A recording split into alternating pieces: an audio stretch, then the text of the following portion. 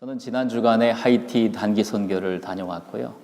하이티에 가서 보면서 어렸을 적 저의 모습과 함께 너무 유사하게 자라고 있는 그 어린 하이티 아이들을 보면서 다시 한번 우리 인생에 주신 은혜를 감격하고 감사하는 시간도 가졌습니다.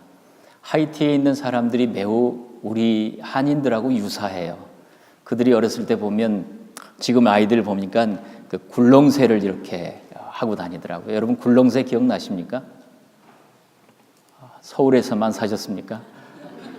저는 시골에서 자라서 이 굴렁쇠를 이렇게 몰면서 몬다니까 그런데 굴렁쇠를 밀고 다니며 이렇게 뛰어놀던 그런 기억도 나고요. 또 냇가에서 목욕을 하고 또 그런 기억도 나는데 하이티의 아이들과 하이티의 사람들이 똑같이 그렇게 살고 있더라고요. 저에게 손을 내밀면서 무엇인가 먹을 걸 달라고 하는 아이들을 보면서 제가 어렸을 적에 미군들이 우리나라를 지키고 있을 때 초소에 가가지고 제가 손을 내밀면서 초콜릿을 얻어먹었던 그런 기억도 나면서 지난 시간을 돌아보니까 참 하나님의 은혜로 살았구나라는 시간을 회복하는 그런 추수감사 한 주간이 되었습니다. 그럼에도 불구하고 추수감사주의를 맞을 때 때로 우리 마음에 진심으로 이 감사가 어디 있나를 돌아보게 됩니다. 저는 추수감사주일이 되면 꼭 저에게 생각나는 한 가지 사건이 있습니다. 그것은 추수감사절 바로 전날 토요일이었는데 약 19년 전의 일이죠. 그날 저에게 일어난 교통사고 때문에 저는 추수감사절을 늘 기억하고 있습니다. 토요일 날 제가 운전을 하고 가는데 2차선이었어요. 그런데 앞에는 큰 트랙터가 이렇게 저를 천천히 가고 있는데 답답하게도 이렇게 늘 거기를 따라가고 있는데 그 트랙터에 몰고 있는 운전사가 갑자기 손을 내밀면서 이렇게 하는 거예요. 분명히 저는 수신호를 보면서 저 친구가 저렇게 반복하여 하는 것은 날 보고 앞으로 가라고 하는 신호구나 하면서 그 시간에 쏜살같이 튀어나가는 순간에 이 트럭대 운전사는 손짓을 하는 것처럼 그는 왼편으로 꺾어지기 시작했어요. 그리고 순식간에 교통사고가 일어났습니다. 저는 분명히 빨리 앞서가라는 신호로 했고 그는 왼쪽으로 가라고 한 것 같아요. 옆구리도 아파오고 차도 찌그러지면서 눈을 감고 제가 좀처럼 눈을 뜨지 못했습니다. 내가 지금 무슨 생각을 하고 살고 있나? 목사로서 추수감사절 바로 전날 나의 마음에 가득한 것은 감사가 충만한 것이 아니라 나는 다른 어떤 것에 마음 뺏겨 살고 있었던 겁니다. 그는 왼손으로 왼쪽으로 자기가 가겠다고 하는 신호를 나는 잘못 해석하고 날 보고 앞서가라는 신호로 나는 해석을 하고 있었던 것입니다. 이것이 우리의 인생이라고 생각합니다. 한 해를 마무리하는 추수감사절에 우리의 마음은 감사로 가득하여 하나님께 감사로 예배를 드려야 하는 자리에까지도 우리의 마음은 과연 감사로 충만하여 주님 앞에 서 있는가 아니면 다른 어떤 것들이 내 마음을 사로잡고 있는가 하는 것입니다. 여러분 오늘 예배를 드리면서 연합으로 우리가 함께 예배를 드리면서 여러분 마음에는 그 어떤 것이 있습니까? 감사로 가득해 있습니까? 아니면은 다른 어떤 염려, 또 짜증, 불만, 어떤 것들이 여러분의 마음에 그 열매처럼 내 마음을 사로잡고 있느냐 하는 것입니다. 이 시간에 내가 가장 많이 담고 있는 그것이 사실은 추수감사주일에 주님 앞에 내가 드려지는 나의 영성과 인격의 열매라는 것입니다. 내 마음에 지금 가득 담겨 있는 바로 그것이 나의 신앙의 향기라는 것입니다. 추수감사주일이란 한 해 동안 농부만 주님 앞에 열매를 드리는 것이 아니라 한 해 내내 우리가 살면서 내 마음 지금 추수감사주일에 주님 앞에 드리고 있는 그 열매가 그것이 무엇이냐 하는 것입니다. 여러분 이 감사가 추수감사주일의 이 감사가 왜 중요한 것인가요? 단지 감사합니다라는 표현 이것을 주님은 바라시는 것인가요? 왜 감사합니다라는 추수감사의 이 감사가 무엇인가요? 감사는 구원받은 자의 삶의 특징이기도 하지만 추수감사주일에 드리는 이 감사는 내가 내 인생의 주인으로 살았는가 아니면 하나님이 나의 이 주님이신가라는 바로 두 갈래 길에 내가 어디에 서 있는가를 알려주는 바로 향기이기 때문에 그렇습니다. 내가 주인 되어 주님 앞에 감사할 수 있습니다. 그러나 하나님이 나의 왕이 되셔서 나의 주인 되셨음을 고백하면서 진심으로 드려지는 이 감사가 있는가 하는 것이 오늘 내 인생의 또 2013년에 우리의 열매가 되어야 하는 것입니다. 왜 감사가 중요할까요? 그것은 한 해를 결산하는 자리에서 나의 신앙의 현주소를 알려주기 때문에 그러는 것입니다. 왜 감사가 중요한가요? 나의 신앙생활을 통해서 내가 주인처럼 살고 있는가, 내가 하나님 앞에서 종으로 살고 있는가를 보여주는 열매이기 때문에 그러는 것입니다. 왜 감사가 중요한 것일까요? 그것이 한 해를 결산할 뿐더러 한 해의 결산이 모여서 인생을 결산하게 될 때 내 마음에 드리는 이 감사는 곧 나의 인생을 결산하는 한 매듭이 되기 때문에 그러는 것입니다. 추수감사주일에 드려지는 한 해를 결산하는 면에서 내 마음의 감사가 온전한 감사로 되어가지 못할 때, 이것이 연습되어 가지 못할 때 우리는 우리의 인생의 어느 순간에 닥쳐올 마지막 시간에 우리의 마음은 무엇이는지를 알려주기 때문에 그러는 것입니다. 그런 면에 추수감사주일, 연합으로 드려지는 이 추수감사주일에 여러분의 감사가 회복되기를 바랍니다. 여러분의 감사가 지경을 넓혀가기를 바랍니다. 여러분의 감사가 확장되기를 바랍니다. 그리고 여러분의 감사가 적어도 하나님이 나의 왕이십니다, 우리 주님이 나의 왕이십니다를 고백하는 종으로서의 감사로 회복되는 이 시간 되기를 바랍니다. 감사로 살아가는 사람을 성경은 가장 아름다운 인생이라고 말합니다. 여러분, 지난 1년을 돌아보면서 여러분의 삶이 나의 인생은 아름다웠어 라고 말할 수 있을까요? 아니면 나의 인생은 아름답지 못했어 라고 말할 수 있을까요? 성경에서 이 아름답다라는 말을 사용할 때는 외모를 말하지 않습니다. 그의 소유를 말하지 않습니다. 그의 아름다운 인생을 성경은 절대 외모나 소유를 말하는 것이 아니라 내면의 영성이 무엇인지를 가지고 성경은 말씀하고 있습니다. 그래서 오늘 본문의 9절에 보면은 이런 말씀이 있습니다. 마음을 은혜로서 굳게 하는 것이 아름답습니다. 마음을 은혜로 굳게 하는 것이 아름다운 인생이라고 말씀을 하고 있는 것이죠. 진정으로 아름다운 한 해를 산 사람은요, 내 마음에 지금 무엇이 있는가를 끄집어냈을 때 그것이 은혜이냐라고 말할 수 있는 겁니다. 마음을 은혜로 채우는 사람을 성경은 아름다운 삶을 살고 있다고 말을 하는 겁니다.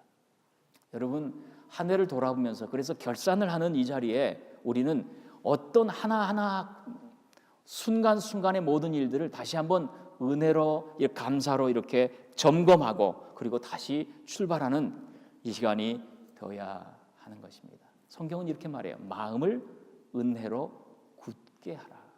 굳게 하라. establish라고 하는 이 말은 처음부터 다시 한번 생각해보라. 마음에 있는 모든 찌꺼기들을 다 정리하고 온통 이 정리하고 청소하여서 먼지를 털어내듯이 내 마음을 은혜로 견고하게 하라. 마음을 은혜로서 굳게 하는 것이 아름다운 인생이라고 말을 하는 것입니다. 은혜를 굳게 한다라는 말을 오늘 본문을 읽은 것처럼 1절부터 살펴보면은 은혜로 굳게 하는 삶은요, 형제를 사랑하라, 그걸 계속하라는 거예요. 어느 때는 형제를 사랑했다가 미워했다, 그런 것이 아름다운 인생이 아니라 형제를 지속적으로 사랑하라. 2절과 3절을 보면 손님을 대접하기를 기쁨으로 하라. 그 당시에는 이 복음 전도자들이, 순회 사역자들이 참 많았습니다. 한 켤레 신발만 가지고 그들은 복음을 위해서 자신을 드리면서 부르시는 대로 다녔던 순회 사역자들도 많았습니다. 그들을 손님이라고 합니다. 복음을 위해 살아갔던 사람들을 위해서 기꺼이 집을 열어서 오픈하여서 섬기는 일을 계속하라. 추수감사절이라 돼서 나와 내 가정만 챙기는 그런 것이 아름다운 삶이 아니고 나의 것을 나눠주고 내 교회를 오픈하고 그리고 나의 삶을 열어서 이 복음을 위해 살아가는 사람들을 기억하라고 말씀하는 것. 이것이 은혜로 굳게 하는 삶. 갇힌 자들 돌아보라. 우리보다 어렵게 살아가는 사람들을 기억하고 외면하고 손을 내밀라. 외면하지 말고 손을 내밀라. 몸과 마음을 더럽히지 말라. 그리고 돈을 사랑하지 말라. 식물의 마음을 뺏기지 말라. 이 식물이라는 것은 뭐예요? 이 땅을 사는 삶을 대변하는 거예요. 대표하는 거예요. 이 땅에 있던 어떤 것들로 마음 뺏기지 말라. 여러 가지 다른 교훈에 끌리지 말라. 사람들의 소리에 끌리지 말고 세상의 소리에 끌리지 말고 끌려다니는 인생, 요동하는 인생 되지 말고 마음을 은혜로 굳게 하라. 이것이 1절부터 9절까지의 내용이라고 하면 보다 넓은 의미에서 이 은혜라는 말은 이렇게 오늘 정의할 수 있습니다. 하나님 1년 동안 내게 베푸신 모든 것이 다 은혜입니다. 하나님 내게 주신 것 중에 은혜가 아닌 것이 없습니다. 지난 1년을 돌아보았을 때 내게 베푸신, 내게 허락하신, 내가 당한 모든 것이 하나님의 은혜입니다. 그것을 은혜로 굳게 하는 것이 아름답다. 굳게 하라 이 말은 뭐예요? 쉽지 않다는 거예요. 여러분, 좋은 곳은 은혜라고 말할 수 있어요. 나에게 싫고 힘들고 어렵고 이해되지 않는 것도 주님은 뭐라 그래요? 은혜로 굳게 하라고 말씀을 하는 것입니다. 지난 1년 동안 여러분 삶에는 얼마나 어려운 일이 있었습니까? 그 모든 일을 하나하나씩 생각하면서 그것을 감사로 바꾸라는 거예요. 은혜로 바꾸라는 거예요. 그래서 생각하면 찬양하는 시간에 우리는 눈물이 나는 겁니다. 쉽지 않은 걸음을 걸어오고 쉽지 않은 한 해를 살아오면서 이 모든 것이 하나님의 은혜입니다라는 하나님의 주권을 인정하는 하나님의 섭리를 인정하는 이 고백이 주님은 우리가 그렇게 한 해를 살아야 마무리해야 된다고 말씀하는 것이기 때문에 제가 존경하는 박윤선 목사님이라고 계세요. 1905년생이시고 이미 천국 가셨죠. 그분이 83세 됐을 때 출판 기념회를 제자들이 열어주었습니다. 그분이 나오셔서 딱 몇 마디만 하셔요. 나는 83년 묵은 죄인입니다. 내가 한 것은 아무것도 없습니다. 모든 것이 다 하나님께서 하셨습니다. 그의 노년을 축하하기 위해서 격려해 드리기 위해서 제자들이 모여서 출판 기념회를 열었을 때 그분은 아니요, 내가 한 것은 아무것도 없고요.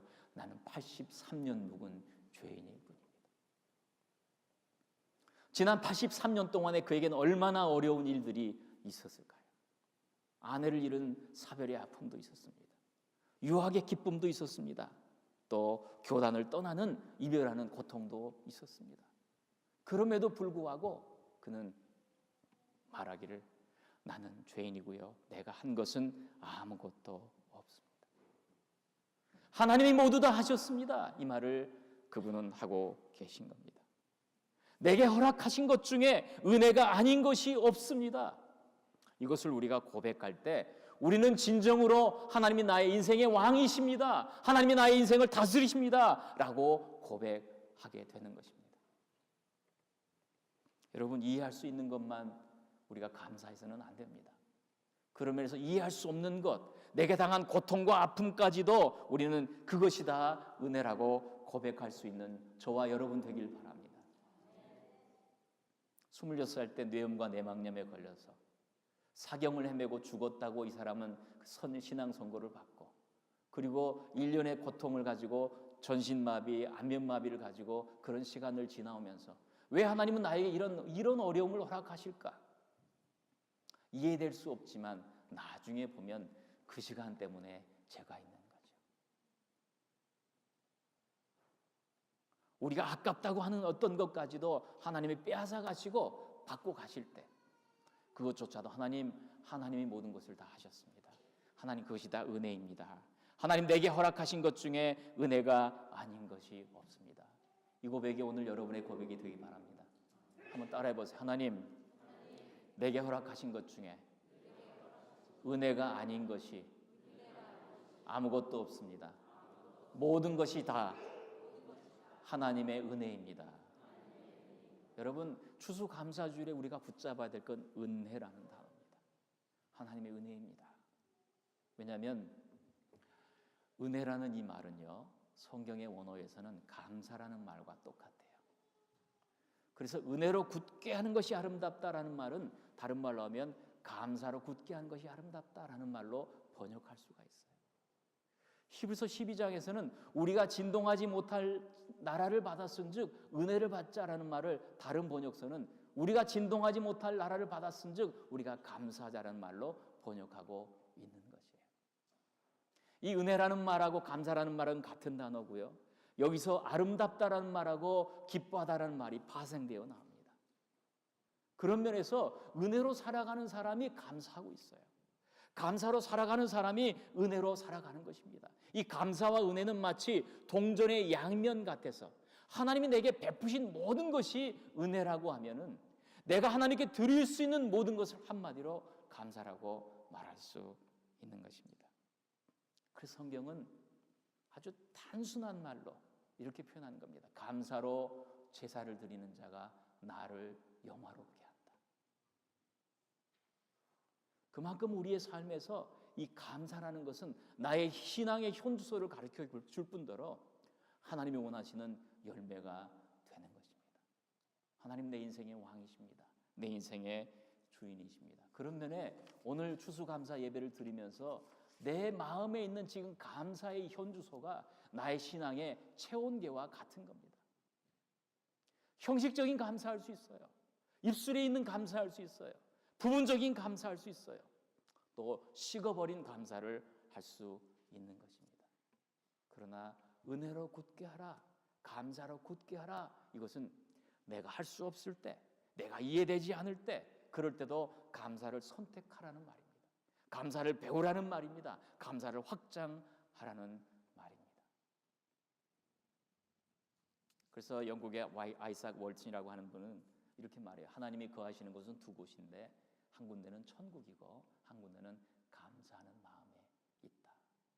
즉 하나님 나라의 영향력은 천국을 통하여 확장되어 가는 것은 감사하는 사람, 은혜로 살아가는 사람에게 그의 하나님 나라가 영향력으로 통치로 나타난다라고 말씀하는 겁니다. 성경은 그래서 이 감사라는 단어가 얼마나 많이 강조되는지 몰라요. 시편도 150편 중에 적어도 이 3분의 1, 약 40편이 감사라는 단어를 가득 채워놓고 있어요. 에베소 5장 3절은 음행과 온갖 더러운 것과 탐욕은 너희 중에 그 이름이라도 부르지 말라. 이는 성도에 마땅한 말이라, 마땅한 반이라. 누추한 말이나 어리석은 말조차 마땅치 아니하니 돌이켜 감사하는 말을 하라. 아무것도 염려하지 말고 오직 모든 일에 기도와 간구로 너희 구할 것을 감사함으로 하나님께 아뢰라. 은혜로 살아가는 사람의 특징은 말세와 사는 사람들과 구별되어 나타난다는 거예요. 여러분, 이 말세의 특징은 디모데후서 3장에서 뭐라 그래요? 자기를 사랑하고요, 부모를 거역하고요, 돈을 사랑하고, 그리고 감사치 아니하고, 정이 없고. 여러분, 이처럼 감사가 중요한지 우리는 압니다. 감사를 확장시켜야 되는 것도 압니다. 그런데 왜 우리가 때로 감사가 이처럼 전심으로 드려지지 못할까요? 왜 감사는 나의 한계에 머물러 있는 것일까요?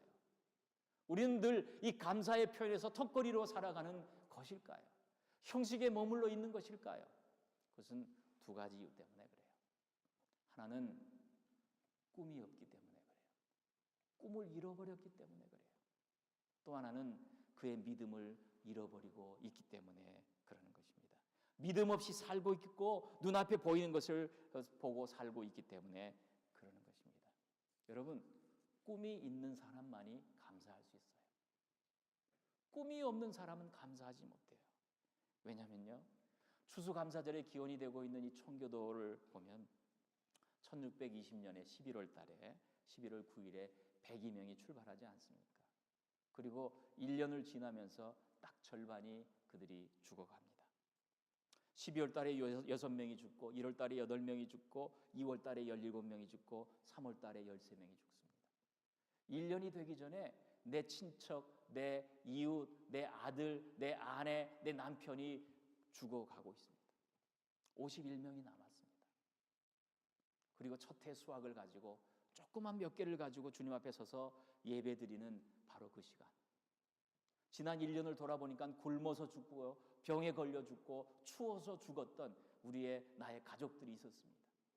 그럼에도 불구하고 그들이 추수감사절에서 감사할 수 있었던 이유는 그들 마음에 한 가지의 꿈, 바로 언덕 위에 하나님의 나라를 세우겠다는, 언덕 위에 도시를 세우겠다는 바로 그 꿈 때문에, 영국의 그 편안한 삶을 버리고 미국으로 달려왔던 바로 그 꿈 때문에 그들은 감사할 수 있었던 것입니다. 우리가 감사가 식어지는 이유는요, 내 꿈이 식어져 가고 있다는 거예요. 맨 처음에 그 가졌던 열정을 잃어버리고 있다는 것입니다. 하나님 말씀으로 다스림받는 하나님 나라의 그 꿈, 이 꿈을 가진 사람은 형편에서 다시 한번 모든 절망과 아픔과 그 많은 장애물들을 뛰어넘고 오늘 감사함으로 서갈 수 있는 것입니다. 여러분, 여러분의 마음에 잃어버린 꿈을 회복하십시오. 가슴에 묻어버린 꿈을 다시 한번 끄집어내십시오. 꿈만 꾸다가 살지 말고 한번 꿈을 위해 한번 살아보십시오. 여러 가지 핑계를 대지 말고 도전하며 한번 뛰어가 보십시오.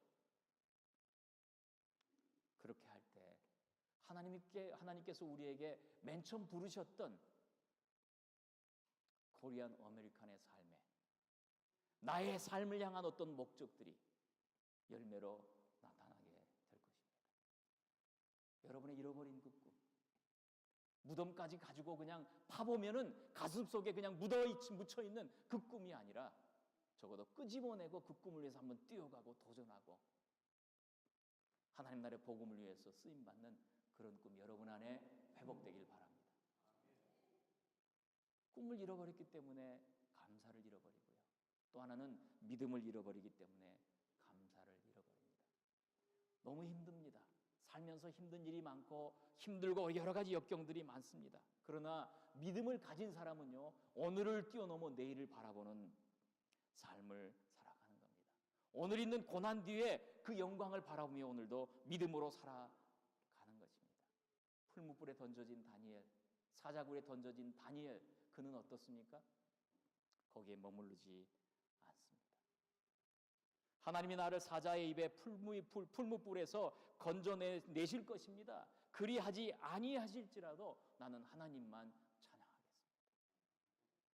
고난 넘어 미래를 바라보고 살아가는 믿음 있는 용기 있는 사람. 그러나 많은 사람들은요, 현실에 매여서 조건적인 감사에 붙들려서 살아가고 있다는 것입니다. 뭐뭐 때문에 감사할 수 없어요. 뭐뭐 때문에 나는 그것이 회복이 안 돼요. 뭐뭐 때문에라는 말 속에 다니엘은 어때요? 그리하지 아니하실지라도. 환경을 뛰어넘는 사람만이 감사할 수 있는 것입니다. 여러분, 그런 면에서 오늘 나의 감사는요, 나의 신앙의 현주소입니다. 나의 인격의 현주소입니다. 나의 영성의 현주소입니다. 주님은 그것이 꽃으로 향기로 드러나길 바라시는 겁니다. 만약에 나의 삶에 감사가 이전보다 더 크고 위대하고 깊은 감사로 나가지 못했다면 여러분은 인생의 길을 지금 잃어가고 있다는 증거입니다. 세상에 오염되어 살고 있다는 것입니다. 여러분에겐 방향 전환이 필요하다는 말을 주님은 오늘 추수감사주를 통해서 제시하고 있는 것입니다. 은혜로 굳게 하는 것이 아름답다. 주님은 이 말씀을 하시며 내가 너를 돕겠어. 돈을 사랑하지 말어. 있는 바를 족한 줄로 알아. 내가 너와 함께 하겠어. 약속을 주시면서 주는 나를 돕는 자신이 내가 무엇을 두려워하리요 그 고백으로 살아가라고 말씀하는 겁니다. 예수님은 어제나 오늘이나 동일하시기 때문에 주님께 마음을 뺏기고 초점을 맞추고 살아가는 사람은 오늘의 고난을 넉넉히 이겨나가게 된다고 말씀하는 것입니다. 여러분에게 질문을 드리겠습니다. 주님은 어느 때나 나를 떠나지 아니하시고 나와 함께 하시고 늘 한결같이 사랑하신다면 지난 한 해 동안의 나의 모든 삶을 은혜로 받을 수 있겠습니까? 올해 나에게 일어난 모든 것이 다 하나님의 은혜입니다 라고 고백할 수 있겠습니까? 나의 아픔과 나의 고난과 내가 만난 절망 가운데서도